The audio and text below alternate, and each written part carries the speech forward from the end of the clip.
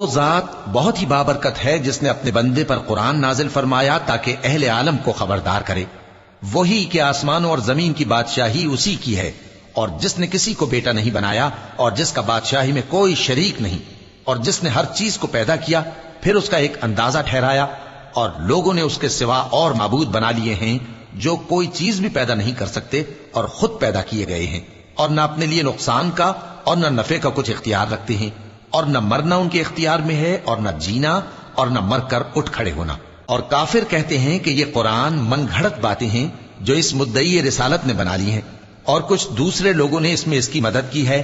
یہ لوگ ایسا کہنے سے ظلم اور جھوٹ پر اتر آئے ہیں، اور کہتے ہیں کہ یہ پہلے لوگوں کی کہانیاں ہیں جن کو اس نے جمع کر رکھا ہے، اور وہ صبح و شام اس کو لکھوائی جاتی ہیں۔ کہہ دو کہ اس کو اس نے اتارا ہے جو آسمانوں اور زمین کی پوشیدہ باتوں کو جانتا ہے، بے شک وہ بخشنے والا ہے، مہربان ہے۔ اور کہتے ہیں یہ کیسا پیغمبر ہے کہ کھانا کھاتا ہے اور بازاروں میں چلتا پھرتا ہے، اس پر کوئی فرشتہ کیوں نازل نہیں کیا گیا کہ اس کے ساتھ خبردار کرنے کو رہتا، یا اس کی طرف آسمان سے خزانہ اتارا جاتا، یا اس کا کوئی باغ ہوتا کہ اس میں سے کھایا کرتا۔ اور ظالم کہتے ہیں کہ تم تو ایک جادو زدہ شخص کی پیروی کرتے ہو۔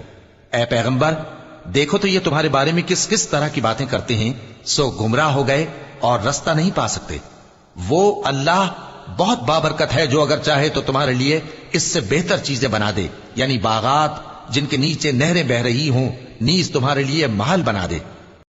کوہ طور کی قسم اور اس کتاب کی جو لکھی ہوئی ہے کشادہ ورق میں، اور آباد گھر کی اور اونچی چھت کی، اور جوش مارتے سمندر کی، کہ تمہارے پروردگار کا عذاب واقع ہو کر رہے گا اور اس کو کوئی روک نہیں سکے گا۔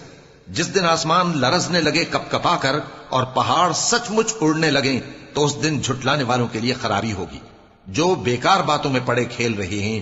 جس دن ان کو آتش جہنم کی طرف دھکیل دھکیل کر لے جائیں گے اور کہا جائے گا یہی وہ جہنم ہے جس کو تم جھوٹ سمجھتے تھے۔ تو کیا یہ جادو ہے یا تم کو نظر ہی نہیں آتا؟ اس میں داخل ہو جاؤ اور صبر کرو یا نہ کرو تمہارے لیے یکساں ہے۔ جو کام تم کیا کرتے تھے یہ انہی کا تم کو بدلہ مل رہا ہے۔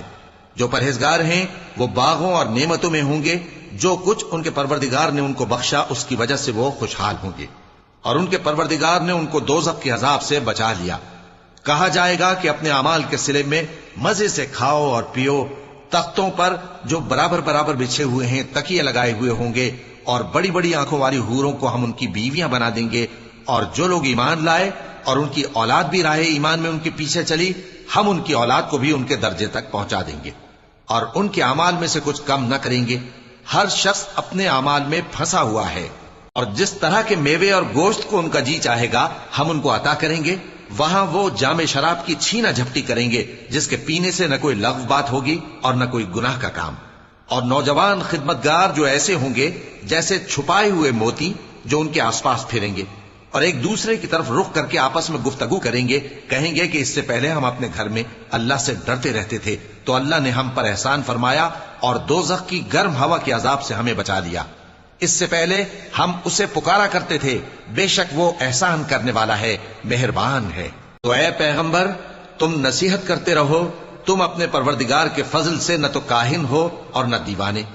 کیا کافر یہ کہتے ہیں کہ یہ شاعر ہے اور ہم اس کے لیے زمانے کی گردش کا انتظار کر رہے ہیں؟ کہہ دو کہ انتظار کیے جاؤ، میں بھی تمہارے ساتھ انتظار کرتا ہوں۔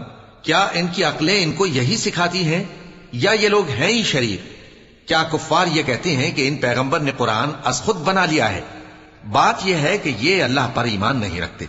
اگر یہ سچے ہیں تو یہ بھی ایسا کلام بنا لائیں۔ کیا یہ کسی کے پیدا کیے بغیر ہی پیدا ہو گئے ہیں، یا یہ اپنے آپ کو خود پیدا کرنے والے ہیں، یا انہوں نے آسمانوں اور زمین کو پیدا کیا ہے؟